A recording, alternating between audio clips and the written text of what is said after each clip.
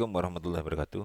Kali ini kita kembali membahas pendapat Dr. Nela yang tidak berdasar alias ngarang-ngarang. Udah ngerti persimpangannya itu ya. Nah, saya kaitkan di luar haid. Kan larangannya cuma laya masuk, jangan pegang. Gak ada larangan laya kerap.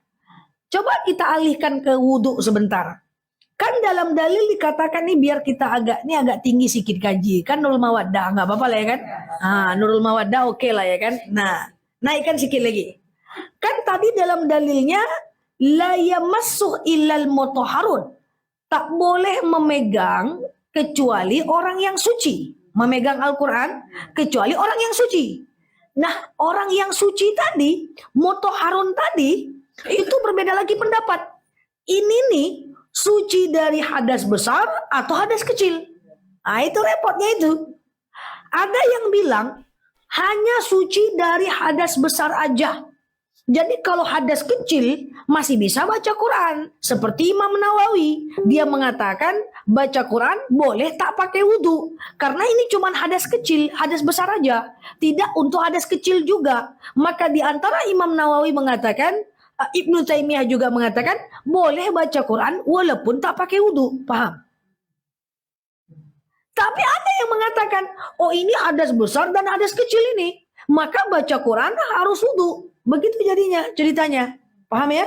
Jadi beliau menyampaikan ada ulama yang mengatakan bahwa tidak boleh baca Quran kalau tidak punya wudhu. Entah ulama siapa yang beliau maksud. Penjelasannya seakan-akan meyakinkan, seakan-akan kayak ahli tafsir beneran, padahal yang disampaikan itu ngarang-ngarang. Benarkah ada ulama yang mengatakan bahwa tidak boleh baca Quran kalau tidak punya wudhu? Mari kita buktikan. Orang tidak punya wudhu membaca Al-Quran. Ajma'al muslimuna ala jawazi qiraatil Qur'ani lil muhdisil hadasal asghar. Para ulama sepakat ijma' ala jawazi qiraatil Qur'an, terhadap bolehnya membaca Al-Quran lil muhdisi, bagi orang yang punya hadas, al hadasal asghar, dengan hadas kecil. Jadi boleh, sepakat. Artinya sepakat di sini ijma'. Artinya ijma', tidak ada satupun ulama yang mengatakan bahwa orang yang punya hadas kecil tidak boleh baca Quran. Yang disampaikan oleh Dr. Nela tadi itu seakan-akan ada ulama yang mengatakan seperti itu, seakan-akan beliau membaca tafsir seperti itu. Kenyataannya tidak ada. Wal afdalu, yang afdal, ayyatawaddo'a laha. Walaupun ulama sepakat boleh membaca Al-Quran walaupun punya hadas kecil, tapi yang afdal memang berwudu untuk qiraatul Quran.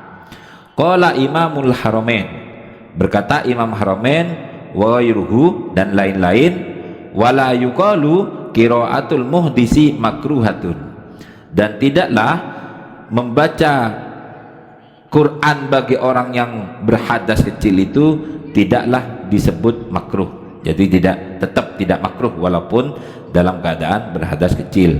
Faqad shahha anin Nabi sallallahu alaihi wasallam, dan telah sahih riwayat dari Kanjeng Nabi Muhammad sallallahu alaihi wasallam, annahu kana yaqra'u ma'al hadas, bahwa Kanjeng Nabi itu membaca Al-Quran padahal beliau tidak punya wudhu.